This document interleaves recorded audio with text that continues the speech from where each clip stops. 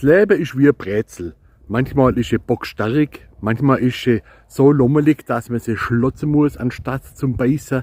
Manchmal ist ein wenig zu viel Salz drauf, manchmal ein wenig zu wenig. Aber alles wisst ihr gewiss. Mit Butter schmecken alle Brezel. Da kriegt man sie alle nah. Und so ist auch im Leben.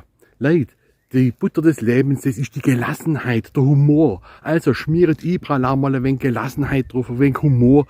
Obwohl, heute Morgen beim Fahrradfahren, da ist schon eine Händlersche aus der Ausfahrt rausgefahren. Der hat nicht einmal geguckt und hat mich zu einer Vollbremsung gezwungen. Das war aber jetzt schon alles. Dann hat er noch gewartet, hat die ganze Straße blockiert und hat noch gewartet und sein Handy rumgespielt.